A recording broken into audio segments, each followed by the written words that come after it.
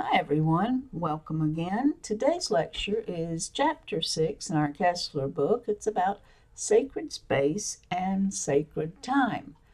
Now, we all pretty much know what space and time are in our regular workaday world. We usually refer to time as chronological time. And space, well, it's just the location where we sit. But sacred space and sacred time are a little bit different. Let me give you a definition of sacred space. It's the place where people make contact with the power of the sacred, or superhuman beings, if you want to refer to it in that way. That works just as well.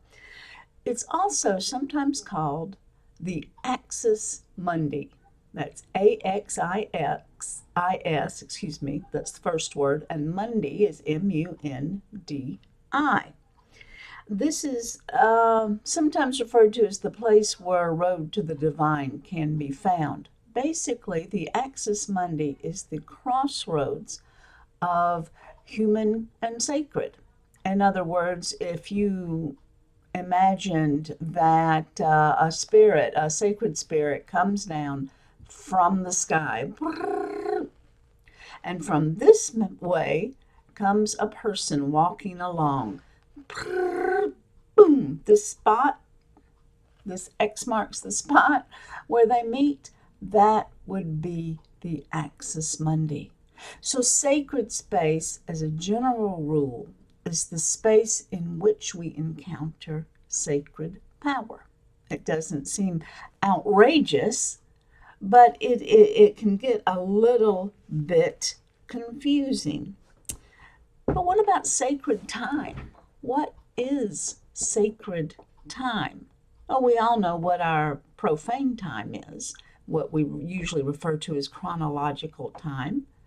Time is just time. For instance, I was born in 1961. Yes, I know I'm quite old. That's okay. In 1961, you could say that's when my time, at least on Earth, started. And that time will run just like all other number lines consistently, right? It doesn't turn around, it doesn't go backwards, it doesn't get all whirly-girly on itself. It just runs from 1961 till today in 2026. And somewhere, hopefully far down this line, there's going to be a stop to my line. It had the beginning in 1961 and an ending in, well, whenever that may be. But the fact is, that's profane time. That's ordinary time. Sacred time can be quite a bit different. Sacred time has a few different characteristics. Excuse me, let me adjust this light so I can see my notes a little bit better. Sacred time, some of the characteristics of sacred time is that it's cyclical. It moves in a circle. That sounds kind of strange, and we'll get into more of it later, but just think about it for now.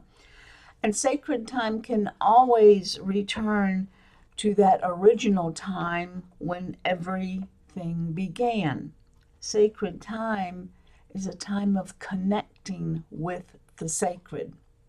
Or we could say that sacred time is the time spent in sacred space. It's a pretty good way to look at it, if you ask me.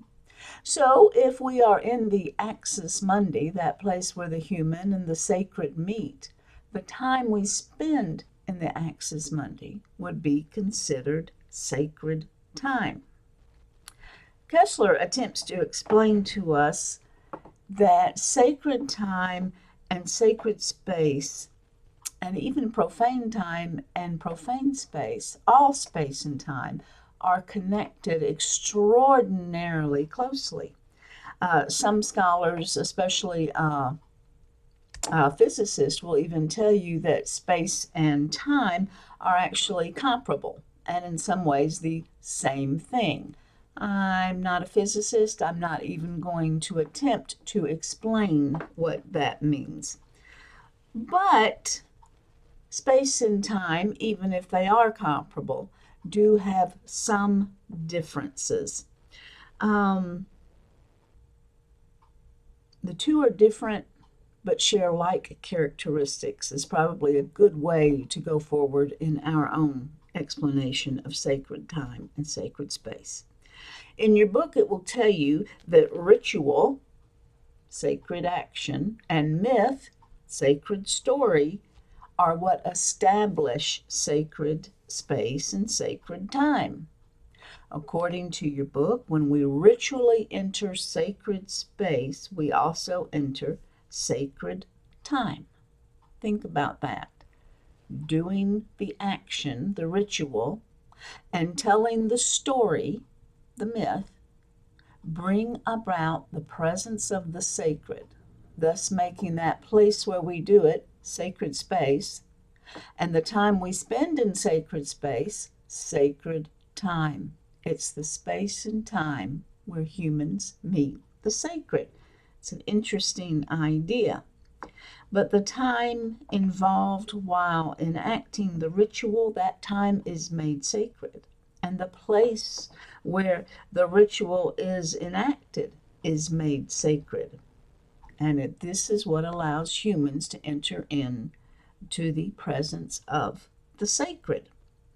Now, this sounds a little odd. Is it only myth and ritual that make space and time sacred? If I had to answer you, I would say no. Because if one believes in a sacred presence, then it's usually understood that that sacred presence can make itself known to human whenever and wherever the sacred chooses. So it's not always of human choosing by enacting ritual and telling myth. Sometimes it's the choice of the sacred presence that makes the space and time sacred. Sacred space is, it's kind of a shifty idea. Think about it this way. If you are in a sacred space, is that space where the sacred power appears sacred forever after? Does it come and go? Is it always sacred? Just sometimes sacred? Is it sacred now but not later? You're thinking, wait, what is she talking about? Okay, think about this. Suppose you are on the side of the road and your understanding of the sacred power decides to meet you right there on the side of the road. When this happens, you are in sacred space. The time you spend there is considered sacred time. You are in the presence of the sacred. Maybe you and sacred power have a conversation of sorts. I don't know what's going to happen. It's probably none of my business. This is your meeting with the sacred power, not mine. But obviously, while you're there, it's sacred space and sacred time, that space on the side of the road. But what about when it's over? What about when the sacred presence departs and then you depart? Maybe you have to go to the grocery store for all we know. Is that space still sacred? Is it once sacred, always sacred? Or is it situational? That's a hard one. And it's really going to depend on who you talk to about this, because everybody has their own opinion about it. For some, it's once sacred, always sacred. For others, it's always situational.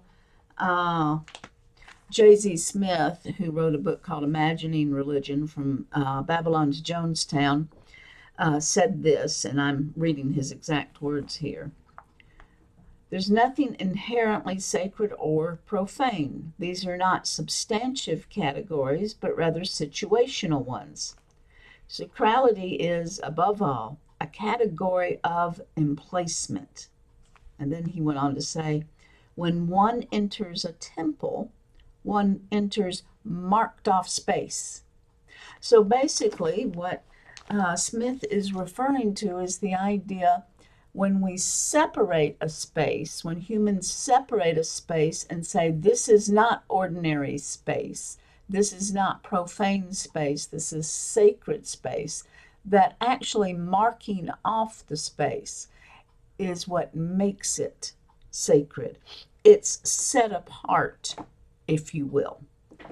Not a bad idea either, quite honestly. But it's not always that simple. There's a story in Genesis 28. I think it's verses 10 through 25, and it's about a guy named Jacob.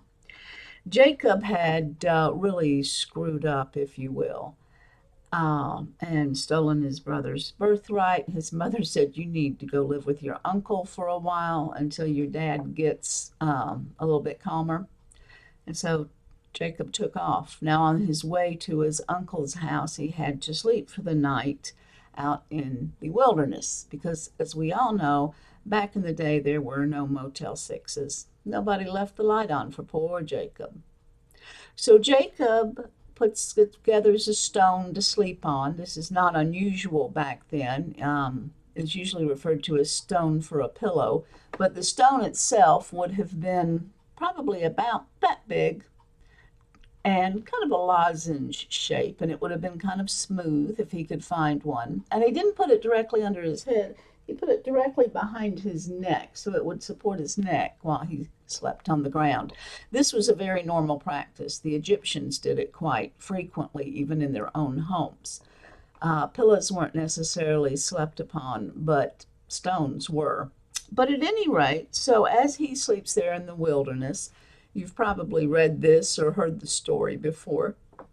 Jacob had a dream or a vision or whatever you want to call it. Remember, in ancient times, it was understood that dreams were in some manner real. Dreams where that veil between the sacred world and the profane world were at the thinnest.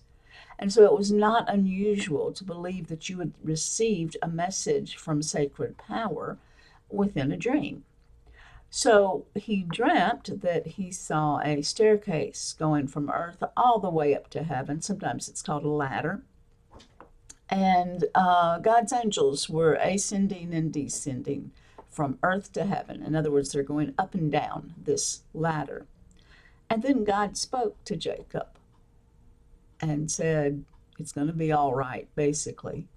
"And what I'm going to do is that your descendants, I'm going to give all this land to, and everything's going to be just fine." Well, God said a few other things at the same time, but that's enough for now. When Jacob awoke, he realized, this is what he said, he realized this was a sacred place, and he didn't even know it. So he took that stone that he'd put under his neck and he set it up kind of as a remembrance of that one spot, because this was an Axis Mundi. This is where the sacred and the profane met. This was sacred space. And the time he had spent there was sacred time. Sacred space, then, is a doorway, a portal, if you will, to the sacred presence. Well, he puts this rock up so that they can remember where it was, and he goes on. And the story tells us, and a temple was erected here, and a village and then town grew up around it, and the name of the place was Bethel, or in the Hebrew, Beit El. Basically, it means house of God. And it's sacred space. Well, there's a problem. Although there are several places in this area named Bethel, nobody's been able to identify which one, if any of these, are the original that Jacob started with setting up his stone as a pillar. We just don't know where it is. Is that space still sacred? Is it not? Is there an actual answer to that? Once again, this is religion. It's going to depend on who you ask. But the fact is, if we go by what J.Z. Smith said, since there's no more boundaries around it, there's no velvet ropes, there's no temple, at least that we know of, it's not sacred space anymore. Sacrality is brought about by being marked off space. If it's not marked off, is it still sacred? Now, I'm not saying that J.Z. Smith is the only right answer here. I'm saying that's one understanding. Other understandings are that once a place is sacred, it's always sacred. It never goes away. It's one of those very difficult things to know for sure if sacred places are constantly sacred, forever, eternally sacred, or not. What about churches that are sold? Churches that are turned into houses? I've seen that happen. What about places that aren't usually churches, but serve as a church or a temple or a synagogue or a mosque or whatever once a week? I actually had a friend who was a pastor of a congregation that met in a bar on Sunday mornings. The rest of the week, the place functioned as a regular bar, but Sunday mornings, it was a church, a sacred space where people met the presence of the sacred. Am I saying yes? Am I saying no? I'm not saying either.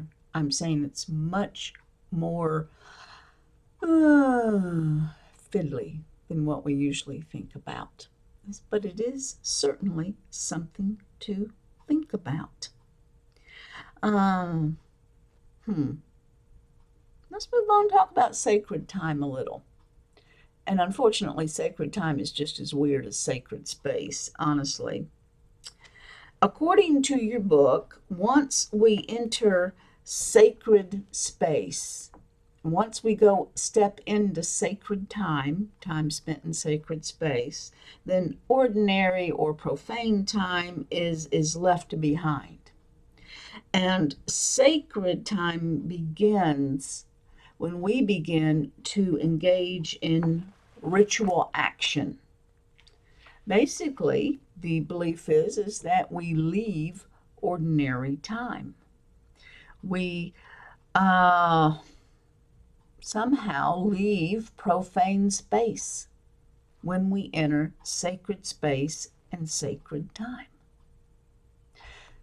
That's a little odd because we're still in time and space. I mean, if you've been to any religious observance, your body does not leave that space and time, whether it's for an hour or 2 hours, time marches on.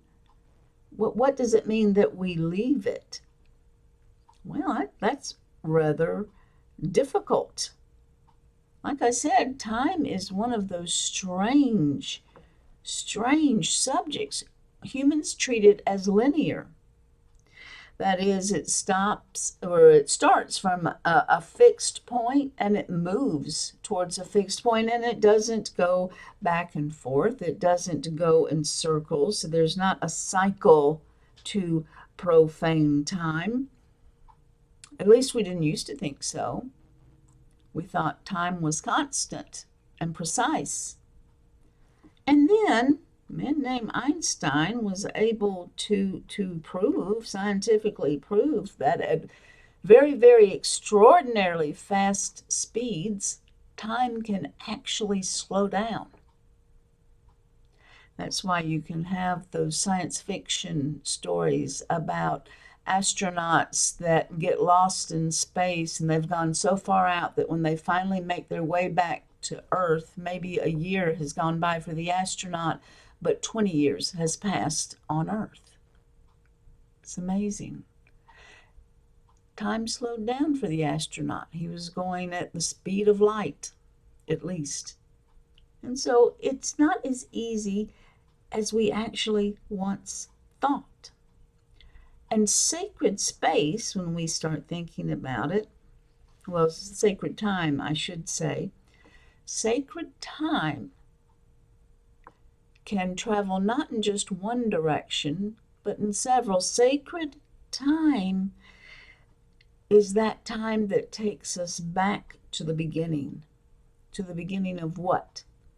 Most scholars would say to the beginning when everyone and everything were in relationship just as they ought to be. That is, when the sacred and the human and the rest of the creatures related just like they were supposed to be. If you're Christian or Jewish, when Adam and Eve lived in the garden and everybody got along, and God came down and walked in the garden in the cool of the day, and Adam and Eve would talk to him and they'd have conversations and were friends, in other words.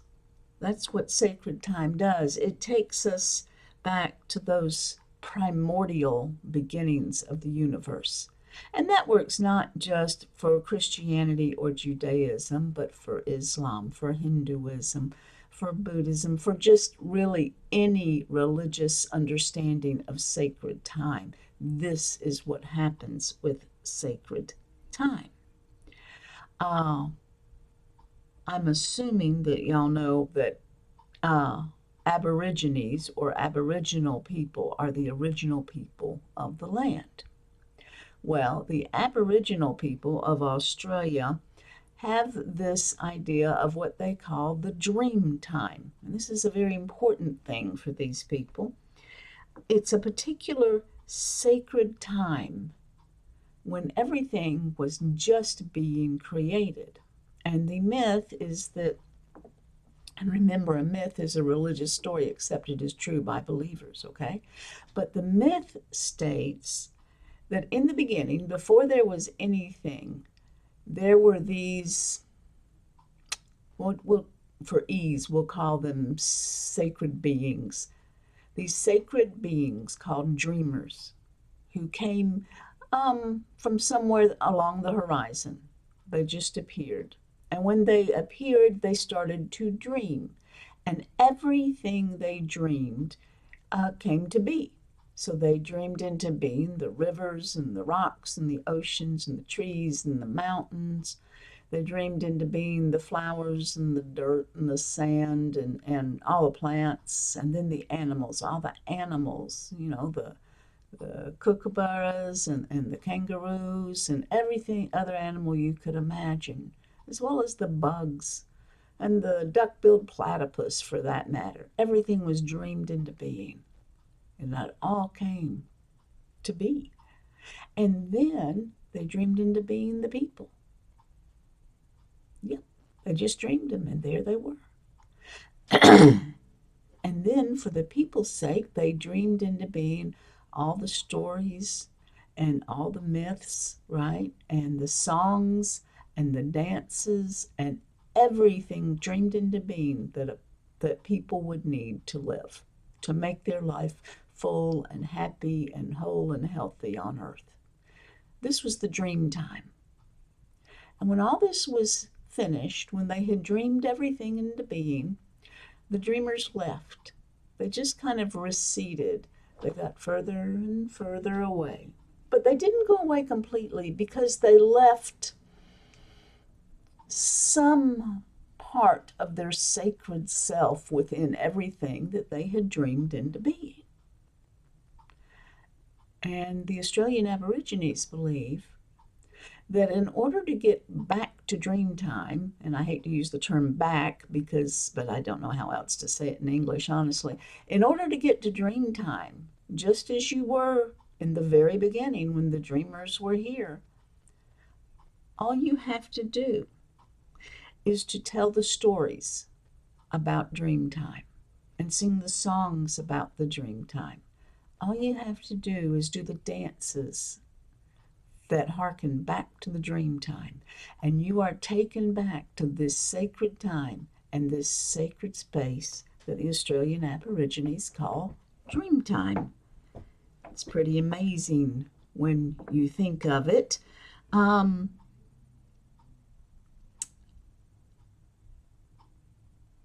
Some people would say maybe it's just a memory. Maybe. But the Australian Aborigines don't believe that it's just a memory. But even if it is a memory, can a memory serve as a conduit, that is a tunnel or a path, if you will, to the sacred, to the divine? Maybe. And if it does, couldn't you say that sometime I hate to use it. It's like this whole lecture is full of puns, but some time is actually sacred. It's one thing to think about. So let's go ahead and talk about some functions and features of space and time. Let's talk about the functions, what space and time do first. The first of the functions is that sacred space and sacred time provide an opening and a space, if you will, for the superhuman power, for the sacred power. It's a good time and space to meet the sacred. It serves as a gate or a door. You may have heard of the Tower of Babel. This is actually in the book of Genesis as well. The Tower of Babel, that story comes from Mesopotamia, where they used to build, stepped pyramids. They're often called ziggurats, if you will. And these ziggurats would serve as a portal, an opening, and they would make them as tall as they possibly could. They were to be as tall as artificial mountains, is how they were considered. Because at that time, and even today, and in many, many different religious cultures, there's the idea that the sacred lives in the sky. So the higher you build your artificial mountain, the closer you are to the sacred. And then on top, you would usually have a temple, if you will.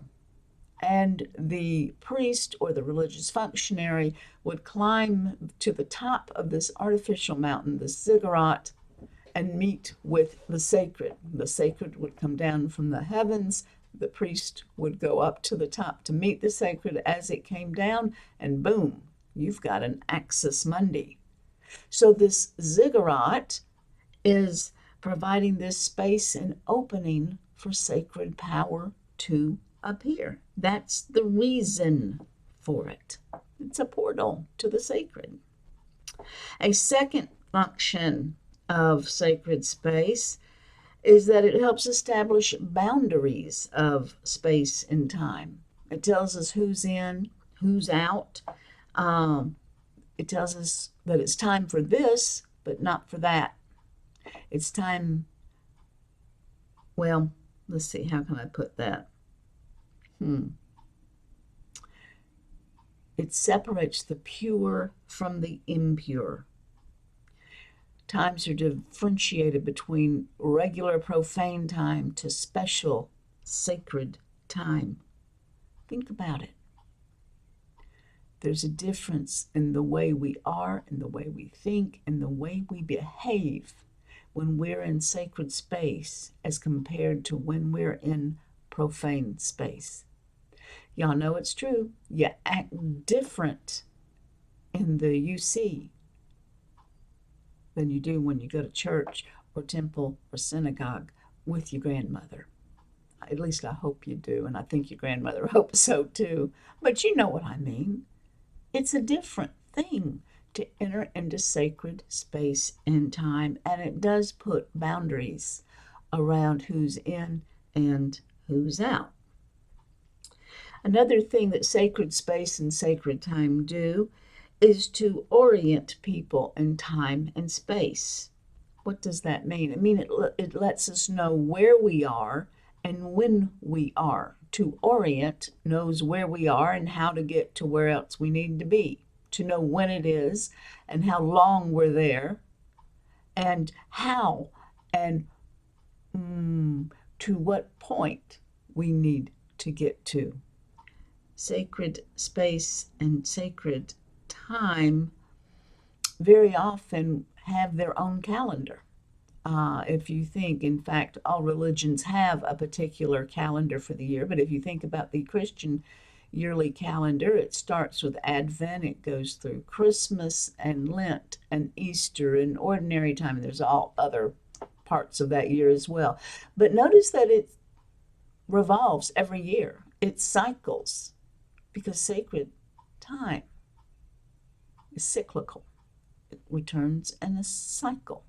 And so sacred time lets us know if we're in Advent, we know we're headed towards Christmas. Pretty good idea when you think about it. So now let's move on from the functions of space and time and talk about features of space and time.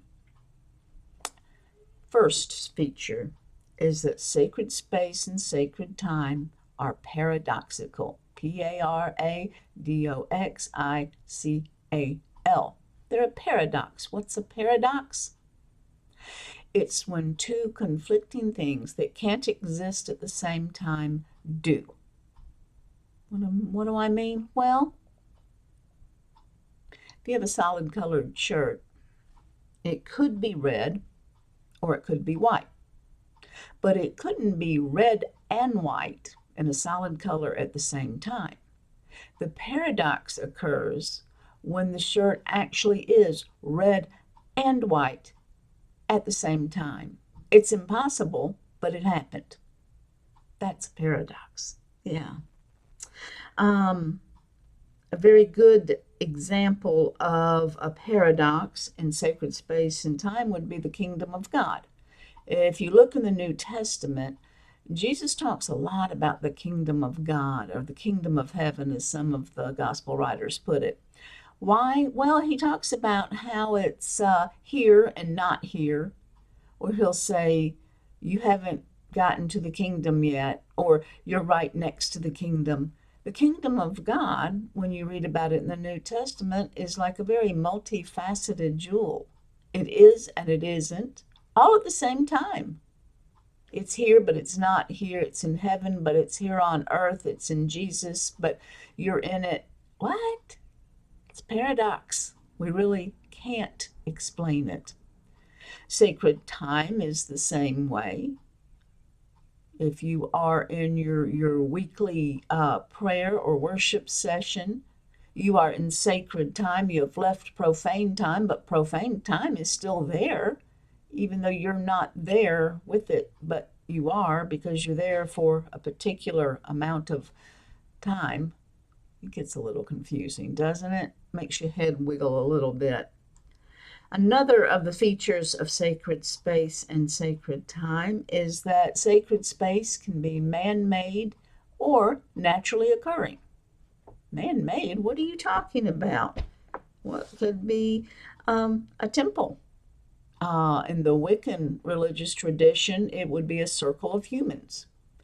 Man-made, it could be, well, as I said, a temple, a synagogue, a mosque, a church, a cathedral. All of those are considered sacred spaces. They can also be naturally occurring. When you read in your book, you'll read about Kilimanjaro, who the native people in that area of the world believe to be a sacred mountain. The whole mountain is sacred, and the higher you live up the mountain, the closer you are to the sacred power. So sacred spaces aren't always naturally occurring spaces, but sometimes they are.